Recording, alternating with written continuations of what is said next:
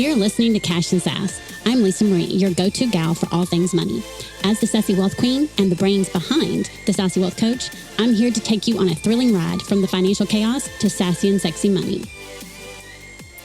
Hey, my sassy friend. Welcome to another episode of Cash and Sass podcast. I am Lisa Marie, Sassy Wealth Queen, and the brains behind the Sassy Wealth Coach and this podcast. Today, my guest is Benjamin Brown, and I'm so happy to have him on.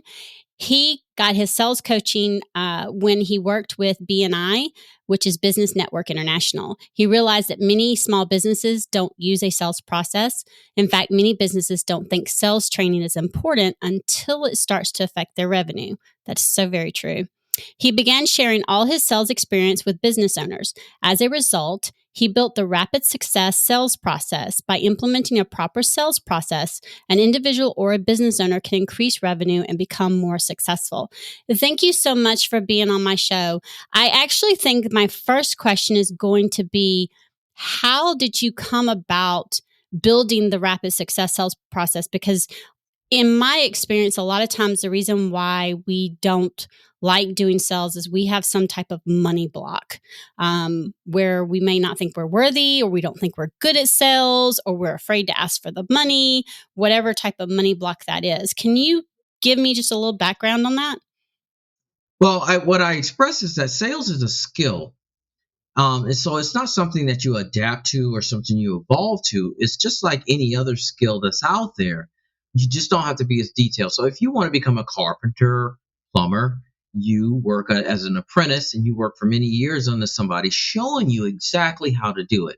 Sales normally doesn't work that way. They put you through one-dimensional training. And then you can realize if you're good at it over a period of time when people first get into it, like a company that they work for.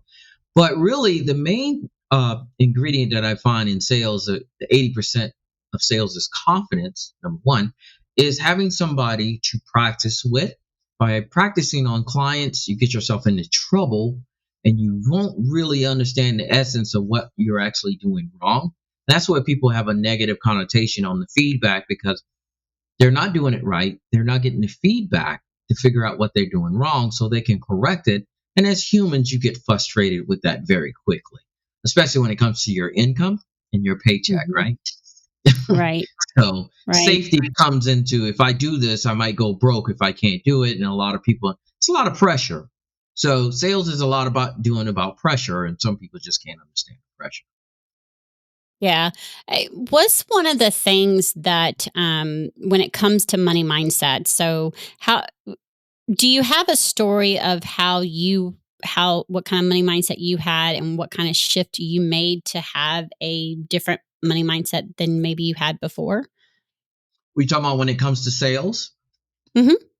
Well, I had a business. I was personal training for for a period of time. And I kind of fell into sales acting. You get the bug. So I was approached by one of the staff members, said, "Hey, I think you'll be a good salesperson." I was like, "I've never done sales." I was just out of the military, about a year and a half at that time frame. And just explaining how it was. The key point is finding the right mentors if you're going to get into this, so you can understand how it works. It's the key, because anybody can do it, but not everybody wants to do it.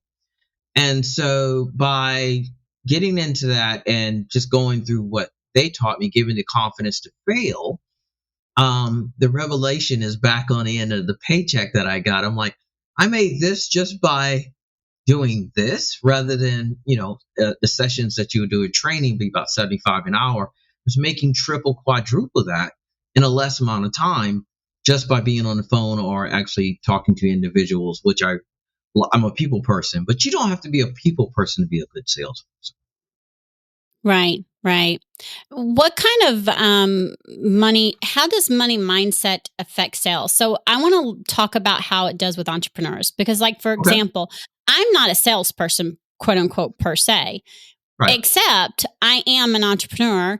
And I do have consult calls, which in fact, what I'm doing is selling my services. So in a lot of ways, all of us entrepreneurs are sales, unless you have a sales team that does it for you, which I don't.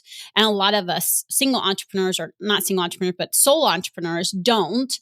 And what kind of mindset shift do we need to be able to take in order to, I know it's confidence, and we still need to have that mindset, the money mindset shift to confidently ask for that amount, or confidently, go and have the sales calls.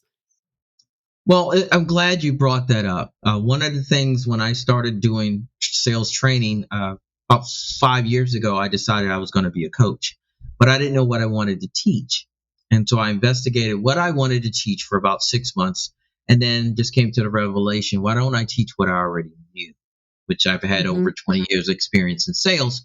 When I started that, I started a pilot program working with people, just individuals, just to see how it worked based upon what I knew, and testing models, right? Pilot programs. I found out even after getting what I knew was going to be prosperous for individuals by taking the training. Years later, I was realizing there was still a large percentage of people that I worked with wasn't getting. And I had to realize why they're not getting. I'm telling you what to do, when to do it to be prosperous, and you're still not doing it or understanding it. And what I realized is that I had to change to people's mindset first, get out the negative aspect of it, because that belief system, wherever it comes from, your past, your parents, your school, your brother, your sister, your ex-wife, husband, whatever people are telling you that you cannot do, has to change in the mind, because you have to realize you can do it. Because when you're in a sales process yourself, and you're talking to somebody in your process that you're selling them, the last thing you want to do is have any doubt. Mm-hmm. And if you have that doubt, you're not even focusing on the other person, you're just afraid of the rejection. And then it's a Right. small spiral downhill to the point like, why am I doing this? Maybe I should be doing something else. We always have those comfort zones. I don't feel comfortable doing what I'm doing, because being in sales is being, most of the time on the higher end, being uncomfortable, being at that position, where people are making a decision based upon your product. I like Mark Cuban says the first thing you should do if you're an entrepreneur is learn how to sell. And I always do that because you don't need marketing. You just go out and sell what you do, and then you can back it up with marketing and other things like that. So yes, every entrepreneur doesn't understand it's a process. So what are the tracks that you're doing? What is the program that you're doing? If you go learn karate or any self-defense, there's steps, there's belts, there's all these things that you do. When you get into sales, people just wing it. And Mm-hmm. it's horrible because you have nothing to gear by. Your process should be so good that in the middle of your sales presentation, you could step out, another person could step in. You can tell them which step you're on, and they can continue on that conversation very comfortably, which I've seen on the higher end. But that's a lot of work, right? But Right. that's what it really means. And I mean, sales is the quintessential part of any business, and most people would love to entrepreneur, don't understand. They'll market themselves, they'll pay ads, they're looking for low hanging fruit, anything that they can do without getting on the phone and dealing with that person on a one basis, right? Email campaigns, drip campaigns, click here and buy, all these different things that people think. But sales has never changed. It's still a people game. Even with AI, we are screaming right now as individuals that when we call somebody, the chances of getting a live person on the phone goes through your head the first time you hit the last digit. Am I going to talk to a machine or a real person, right? So, Yeah, I'm not going to let a machine do my calls. That's just not right, happening. right, right.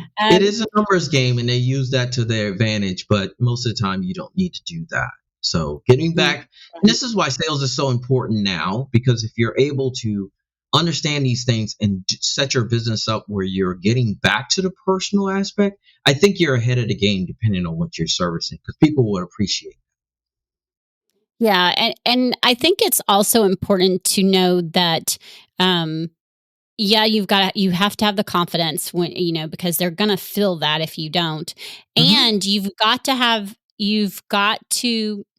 you can be nervous per se, but you need to feel comfortable enough that when mm-hmm, they ask for the price, you can say the price and not blink, because your stomach may feel like it's going to drop. That's okay, but just don't right, show it. um, right. and- because if you have that mindset block, that money mindset block of I'm not worthy, or I don't deserve to have this, and who am I to ask for this amount of money? A lot of times when we have those blocks, or when entrepreneurs have those blocks, it stops them from doing the sales call. Like, they know their stuff, they can talk it. It's asking for, that piece. And what's one of the things that you do to work with your clients per se? Just one type of a shift you have them make in order to shift their mindset when they go to do the sales calls. Okay. So the main thing is that you believe in the process, not the product. Mm-hmm. Everybody loves to get to the presentation, how I solve this problem for you, what we do, all this type of stuff that you're talking about, but you rely on the process. So that's why it takes a little while when I work with individuals, normally 30 to 45 days for them to understand it. You follow back on the process. Everybody's all about the product. Here's what I got for you. Here's what, it's pitching and wishing is what I call it, right? That's why they're afraid of the close, because they don't understand if the client really likes it, because they're not. The difference between a good and a great salesperson is the number of questions that you ask. And so in order to ask those questions, you must be confident. And so most people aren't. They're going over on the top level, asking a couple of quick questions, going directly into the presentation, and then hoping and wishing that the price will close them on the end. And I teach people it's not about the price at all. If you take a bottle of water that you have right now, you would normally pay what? $1, $2 for that, right? So if I just quote unquote, if you were on fire, how much would you pay for that bottle of water? It's the same bottle of water. It's just based upon how bad you make people realize what they want. People buy based upon what they want, not what they need. So if you make them realize they really want it, they will do anything and pay anything for it. And so most people put that value in their head of what they think their product is worth. And sometimes, as you know, an entrepreneur, you work with people and say, "Why is your price so low?" And you look at them like, "What are you talking about?" It's like, Oh, I was you one should of be them. charging more. And you're like, what? I'm barely I getting was, anything. I'm barely I getting was one of anything them. now. What are you talking about? You should be charging double. Double? Mhm. What? What? No, I don't. No, and one of my clients I work with now, I've been working with for years. Beautiful story. I trained her on the system. She'd never been in sales, and she's had her business for 20 years, and implemented exactly what I did, and we tracked her success based upon what we implemented. And in 3 months, we made an extra almost $180,000 on a half a million business. She making about. And in the end, she came and she said, "That's great. I understand it. You taught me well. I don't want to do it." So I'm like, I still don't want to do it. And so I still work with her. I do her pre-sales for her company, which is only a couple of phone calls. And it's very laid back. It's basically publishing. You're talking to authors. And it's the thing is that she knows she still didn't want to go through the action, even though she was successful in doing it. And so the thing I teach people is that, first of all, you have to like or love the product. Right? That's the concept. You have to like or love them. If you don't like it, love it, leave it. That's what I do. Because people will smell it all over you. So if you're working for somebody pushing their product, you have to have some type of likability with that product. If it's your product, you really got to love it, right? So Right. that comes through in your demeanor, your voice, your tone, your reflection, everything. And so most people problems is they're selling something they don't like. Or they're not comfortable, or it's they don't like the way it's been structured or put together, or Mm-hmm. they're not feeling confident enough Mm-hmm. with it. And a lot of times there's a mindset shift in there. I have found with my clients, when I work with them, one of the things we look at is our mindset, our money mindset. Okay, what do we need to shift so that you can see that you should be charging this because, one, you're good, and Mm-hmm. two, how do we make sure that you're showcasing that you're good, and that you feel confident in what you're offering. And Right. sometimes it's a mindset, and sometimes it's a money mindset, and sometimes it's both. Hmm. I just have found with women, especially, women entrepreneurs, especially, tend to not be so sure of themselves and the sales process for Hmm. whatever reason that is. And a lot of times it's, there can be combinations, and it can be that money mindset shift or being the worthy of, asking for that and being confident of what they've built. Hmm. It's amazing how, like, if they're talking to a friend, they're great, they've got the confidence, but then when they go to talk to a stranger, they've got this unsureness of it. um, so you work with them to shift that mindset. Do you know how I Was changed that very quickly? That's what I wanted to know. The last part of the book that I've written is getting clients and more referrals. So in the sales process that I teach, it's not about the sale. You want the referral. Hmm. So if you're focused on the referral, you're not worried about the process, because the way I generated this, as an example, in many businesses, I've sold many things over my years. One example, I went and got, my deal is to get the referral. Who else do you know that I can help is my main sales process. It's not about the money, because if I ask enough, it's going to come. If I believe in what I'm doing, my mindset has to be to get the referral, not the money, not the paycheck. People worried about their bills, of course. So if you get your mind off that and you're like, performance wise, if I can do my presentation will set me free. I'm not worried about anything else. I say the most um, talented salesperson in the United States is a homeless person. Do you know, on a regular street with a good mindset, what a homeless person can make in one day? Do you know? Oh, probably a lot. It's only between $400 to $700. Now, Wow.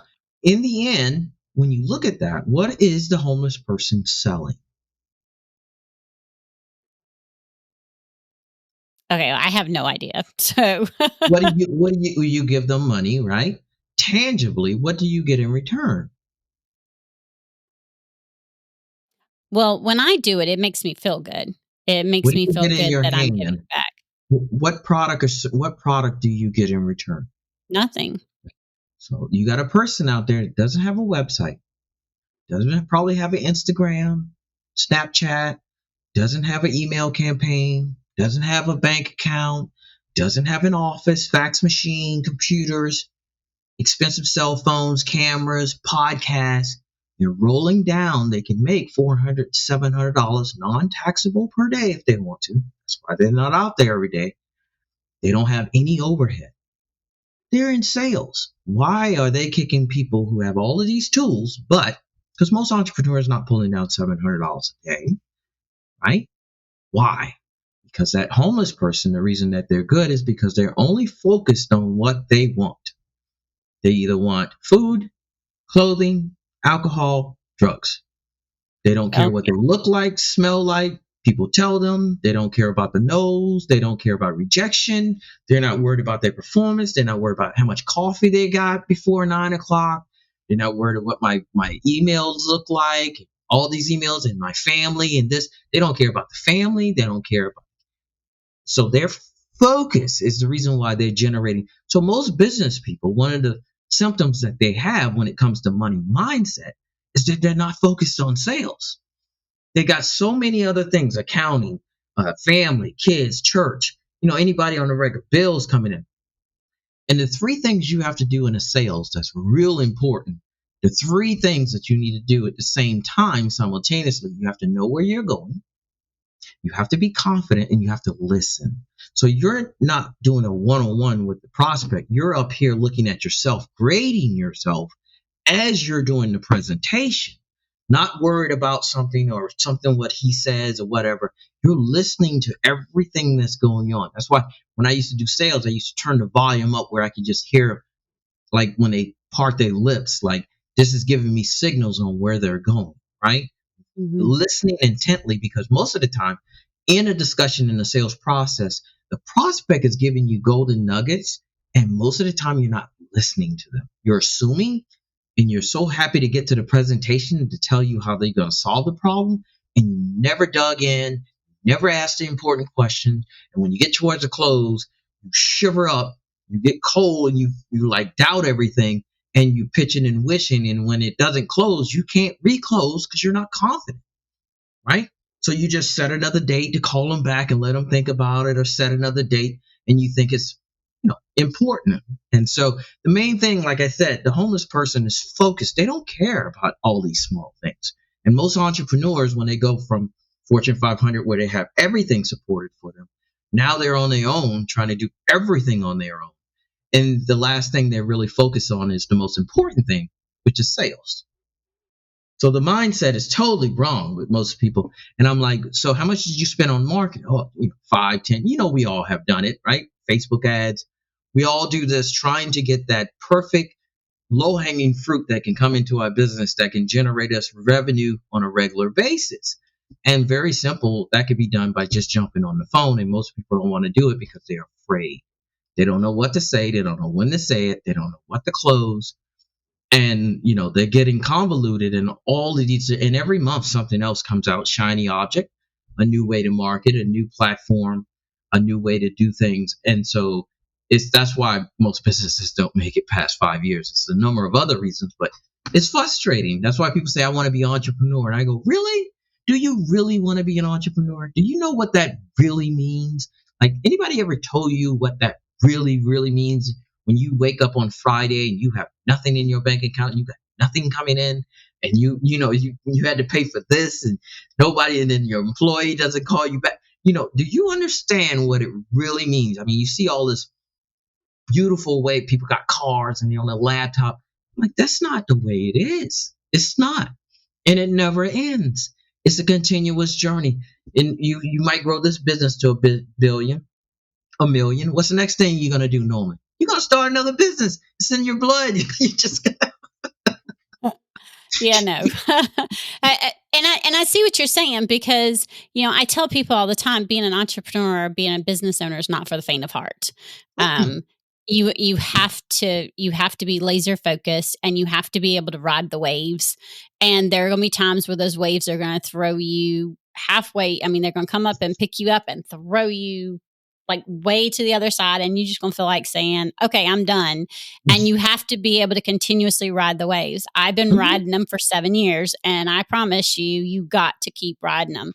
And one of the things that I've noticed is, and what I think is really important, is we have to continuously work on our mindset. We have to continuously work on our money mindset, which also builds our confidence. And we have to work on that continuously, so that when life happens, or when the waves pick us up and throw us, right, we can get back up and keep going. Because again, it statistic wise, yes, most businesses don't make it past the first 5 years.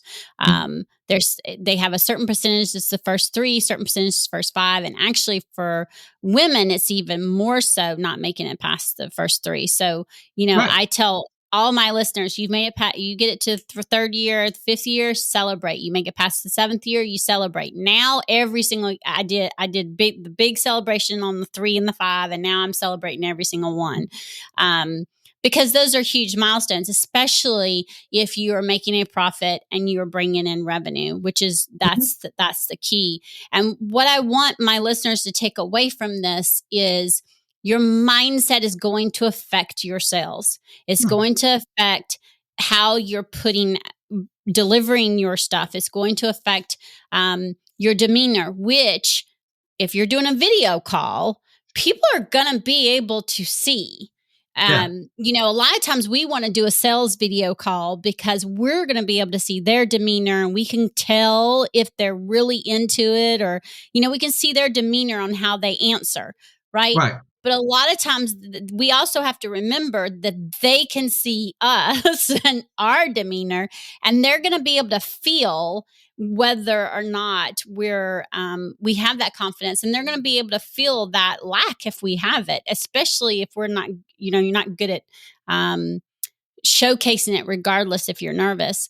And so I love the fact that we kind of dove into this. What is something that you would have an entrepreneur, just do suggest for them just to start getting because some entrepreneurs can't go out and hire a sales coach, okay, Mhm. for whatever reason. They could be just starting, they could be, because like me, I don't spend my money on ads.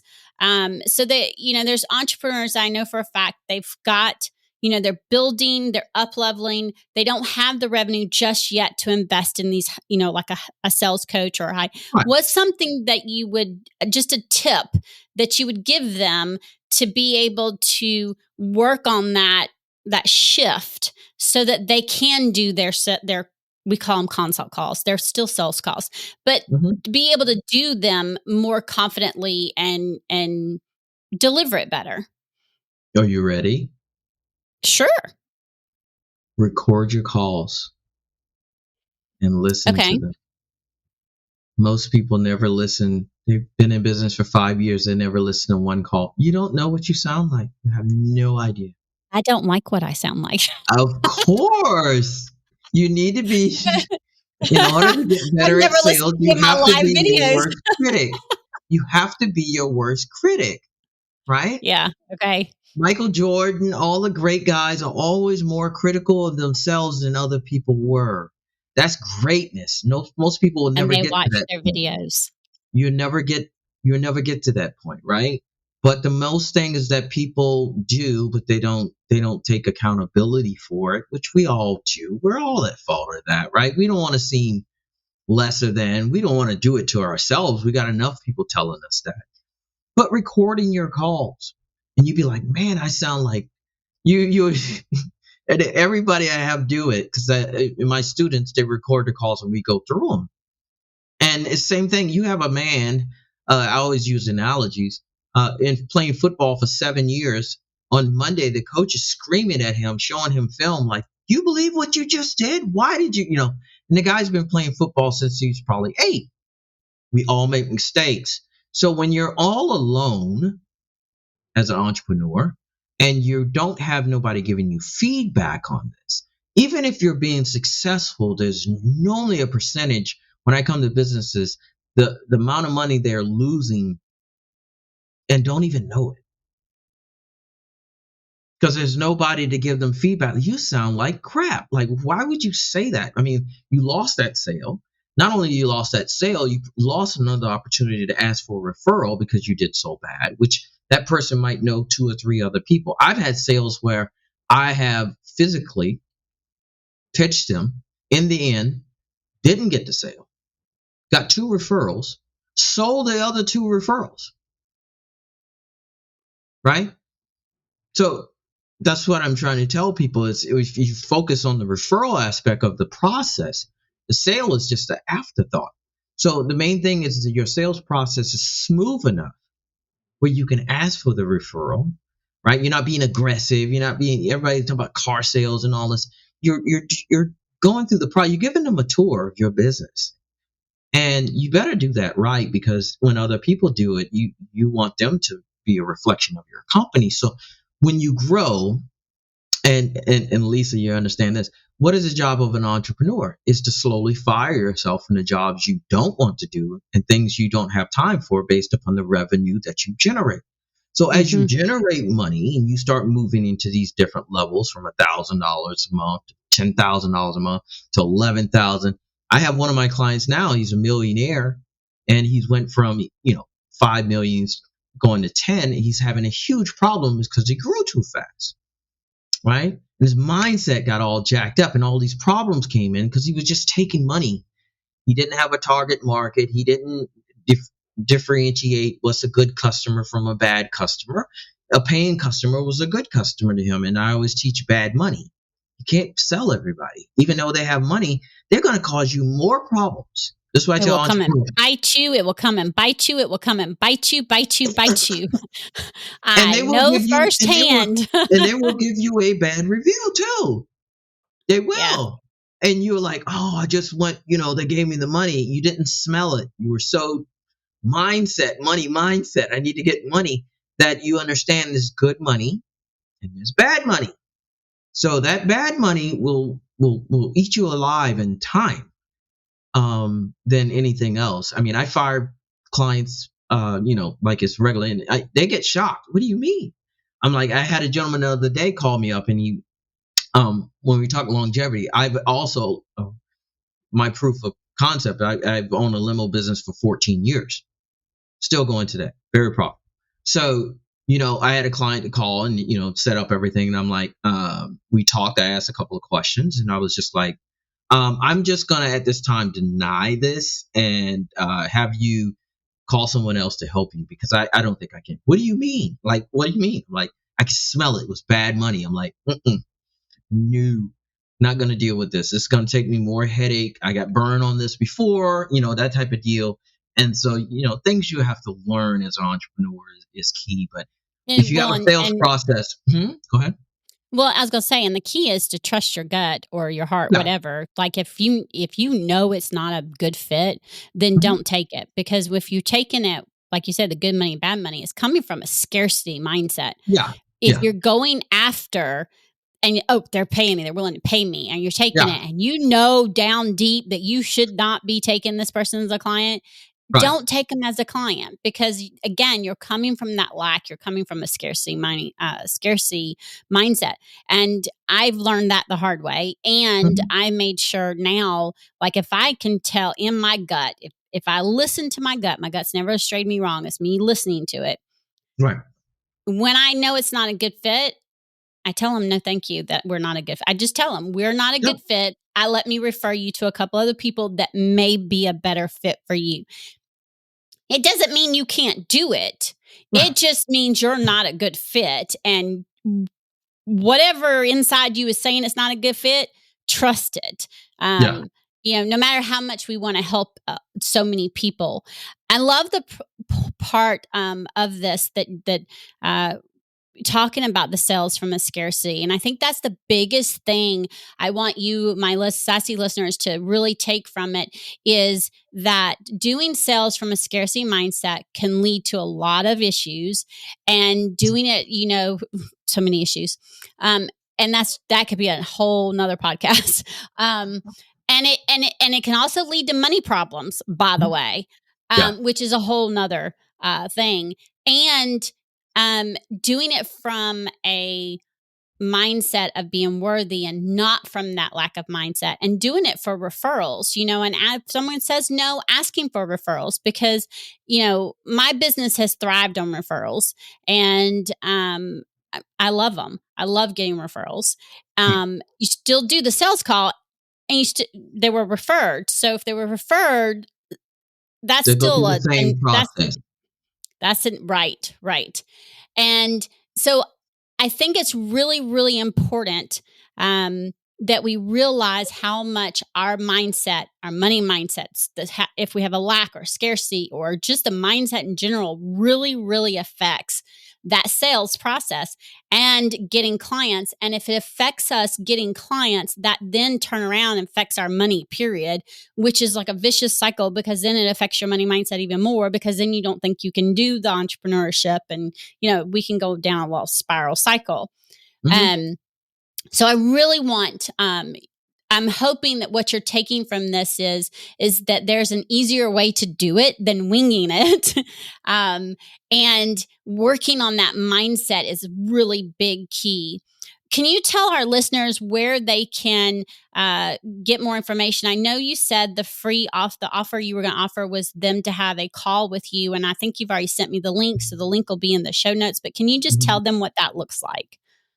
Well, I made it easy for people to reach out in this days with everything. And so meetwithbenjamin.com. And I have the URL, and you can go in there and schedule a call. The website is 360salesconsulting.com.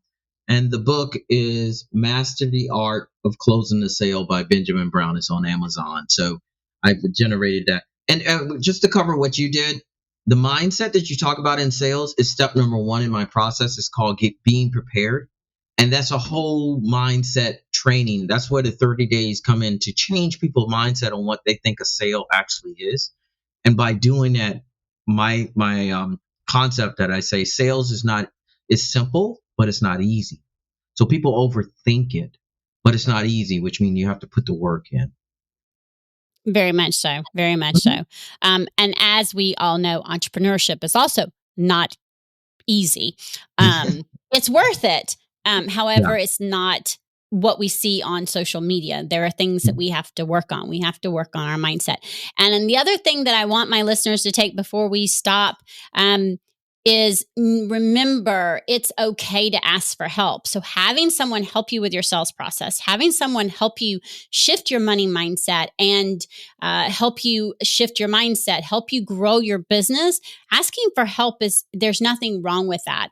And that's the reason why I love having different coaches and having the sales coach on, because one, it affects our money. It affects our money mindset. It affects all the ins and outs of us having a business. And I want you to really remember that it's okay to ask for help so that you can shift those things and start making money and then be able to have what I call sassy and sexy money. So thank you, Benjamin, for being on my show. I truly appreciate it. My sassy friend, until next time, remember to stay sassy. Bye. Thanks for joining us this week on Cash and Sass. Check us out on social media and on our website at www.thesassywealthcoach.com, where you can download my free Money Story Start Guide. The website again is www.thesassywealthcoach.com.